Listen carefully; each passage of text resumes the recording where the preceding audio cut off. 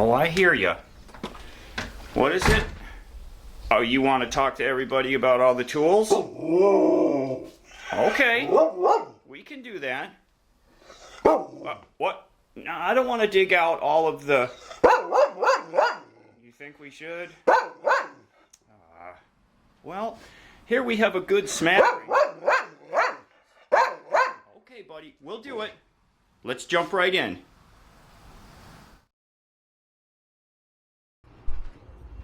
Hi, everyone. So following along in my pattern recently of having really terrible luck, I'm sick. Got sick about 5 days ago. Didn't feel bad. And then about 2 days ago, everything got worse. Yesterday was really bad. I laid flat out all day yesterday. I was dizzy, and I still feel it this morning. It's early morning right now. I still feel very not right. Trying to push myself through to get some of this stuff done.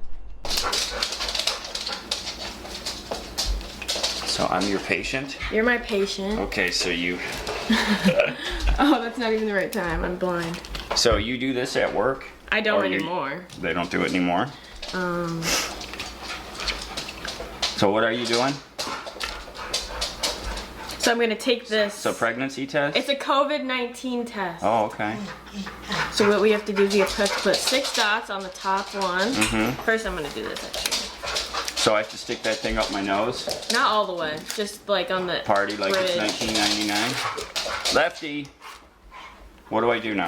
Just on the bridge of your nose. You can slide it This around. thing that's in the middle? Yeah, do it on both sides. Both sides? Yeah. Okay. Put 5 of these, or 6. 1, 2, 3, 4, 5, 6. Feel like I'm at a 70s disco here, ramming shit up my nose. Is that good? Yeah, that's good. Okay. Take it, slide it in, swirl it around a couple times. This is a pretty janky test. Yeah, like it you is. can tell they rush that to production. Yeah, it is. Holy And cripes. so you see, positive, it'll turn 2 lines. Uh-huh. Negative is just 1. Okay. Looks like there's only 1 so far. So that's good, that's negative.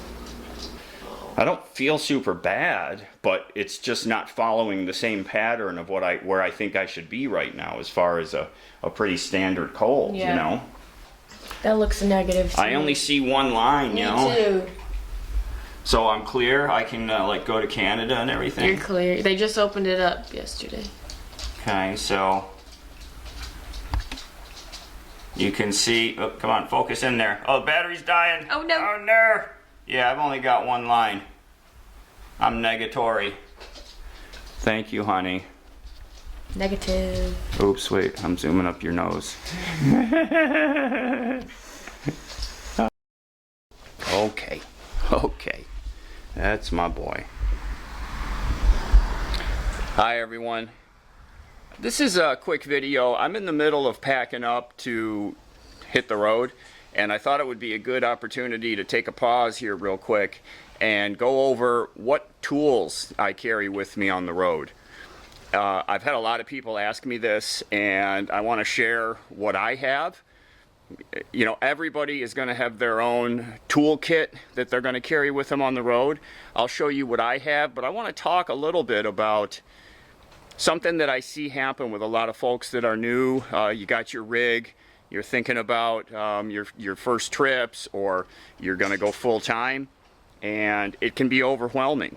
It absolutely can be overwhelming. I was there, I went through it, I know exactly how it feels.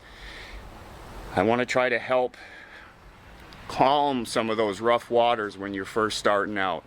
If you've watched my videos along the way, you know that I've changed the truck. I'm on kind of version 3 of changes and additions and subtractions and moving stuff around, and I think that's a great way to really dial in your rig as to what really works for you, is to, you know, build things as you go. And if you're going to do that and you want to do some projects while you're out on the road, having the right tools with you is really really key.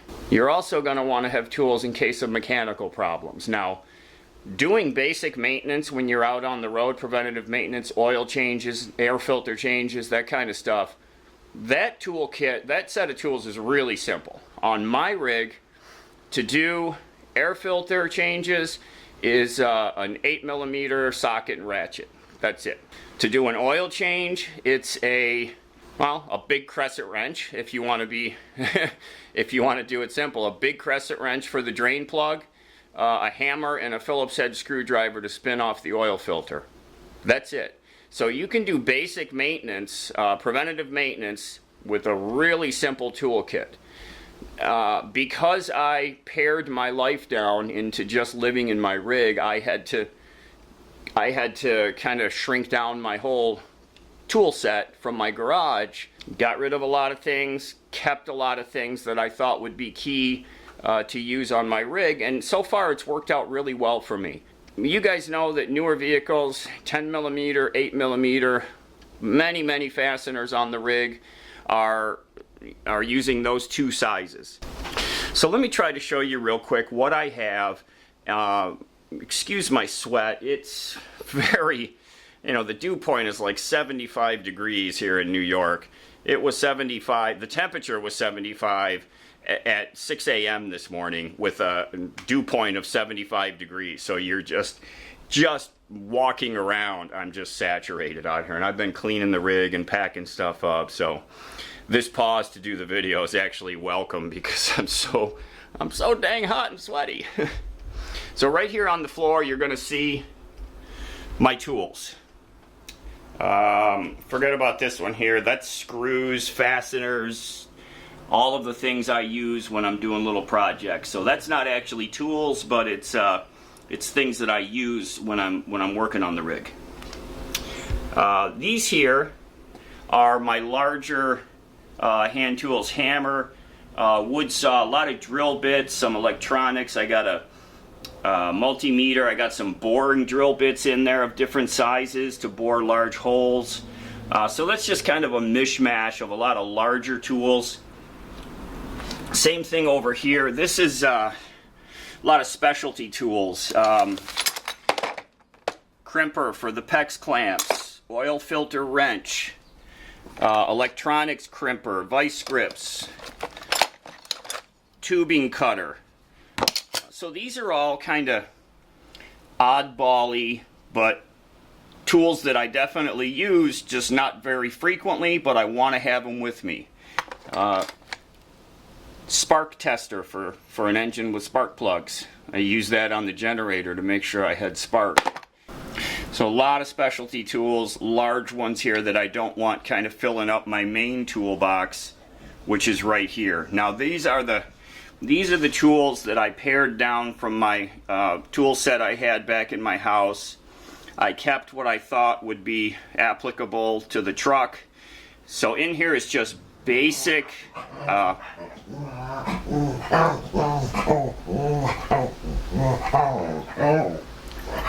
excuse me, bro. Dude, making a video. If you don't mind. Oh, that's my boy. Are you quite comfortable over here this morning? Huh? Give me the belly rub. Give me the belly. Are you quite comfy?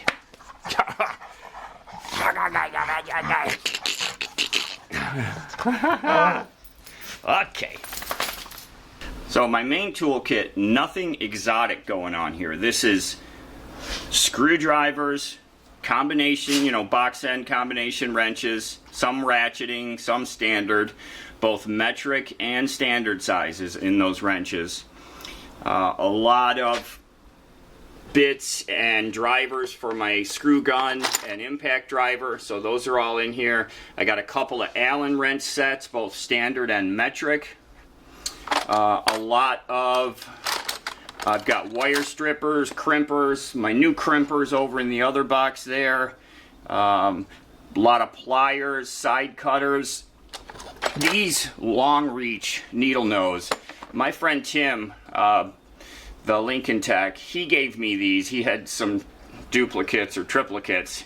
These have come in so clutch on more than one occasion, reaching into a space. Actually, when I saw that plug, that electronics plug in the generator that wasn't plugged in, it was way down in there, and I reached in with these, grabbed the plug, and popped it up in where it was supposed to plug in.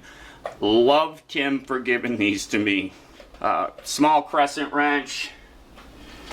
This is my larger 1/2-inch ratchet driver that combines with these here. Now these are technically impact sockets, non-marring, you know, with the plastic coating on them. I use these. These fit my wheel lug nuts, but also these came in clutch when I did that ICP sensor swap. I forget which size it was, but it was definitely one of these. Maybe it was 1 1/16 right here, but one of these fit on that sensor perfectly. So these are just a Harbor Freight because these don't get used very often, and they weren't cheap, but I wanted good quality ones. So a large 1/2-inch drive socket set for lug nuts. Now here I have just a standard, pretty basic Craftsman socket set, both standard and metric. The important thing I think is to have some different extensions. I have a bunch more that are under the panel here, and also some wobblers. So you know, have wobblers, have different extension lengths. It's all about compromises. You don't want to overload yourself because of space requirements, but you don't want to have not enough tools. So it's about trying to whittle it down to the ones that are super important. So for my rig, I could probably take apart a good portion of my rig with the tools that I have. I'd probably only run into trouble with the very large like suspension type component bolts. Now my combination wrenches, they do go up to 7/8 is the largest one. I have not run into any situations where I haven't been able to do the work I've needed to on the truck with this set. Now, the large crescent wrench definitely comes in handy. I would get one of these and carry it with you. Definitely comes in handy. So there's nothing, you know, I think where I go back to what I said about not trying to overthink it. You know, there's nothing exotic going on here with my tool selection. Sockets, wrenches, screwdrivers, pliers, crescent wrenches. I probably carry more tools than the average person would, just because I pared down my whole life into this tool set. So I'm sure I have probably more kind of oddball tools than the average person would because of all the work I do on my truck. And remember, I did pare down my whole life into this tool set. Now, I'm not showing here, I have selections and collections of all kinds of electrical terminals. You know, those are supplies, so I'm not including those when I talk about tools, but you could say that they, you know, obviously if you have a set of crimpers, you need to have a set of wire terminals to crimp on. So I've got all kinds of heat shrink tubing, wire loom, all of that kind of stuff, the supplies that I need to do all the electronics work, the plumbing, you know, the water work. I've got all those PEX clamps. So I carry a lot of supplies in addition to, you know, these tools here are tools. I also have a whole lot of supplies. So this cabinet here is a lot of my supplies. So a lot of engine, motorcycle, oils, cleaners, greases, lubricants. All of that is really these two here, these two milk crates. Then up here, I've got some of my power tools, my jigsaw. I've got a corded, you know, electric drill for drilling things that require a little more power than the battery-powered one. Up here, I've also got a Dremel tool set stored up in this crate up here. the Dremel toolkit with all of the different fittings and stuff really comes in handy. Don't get it out a lot, but when I do, it's perfect for the task. So it has saved me on a bunch of projects I've worked on. So these are the long milk crates too. So this is 4 long milk crates full of supplies and gear to do all the work that I do. So again, when you're looking at what tools to bring, try not to overthink it.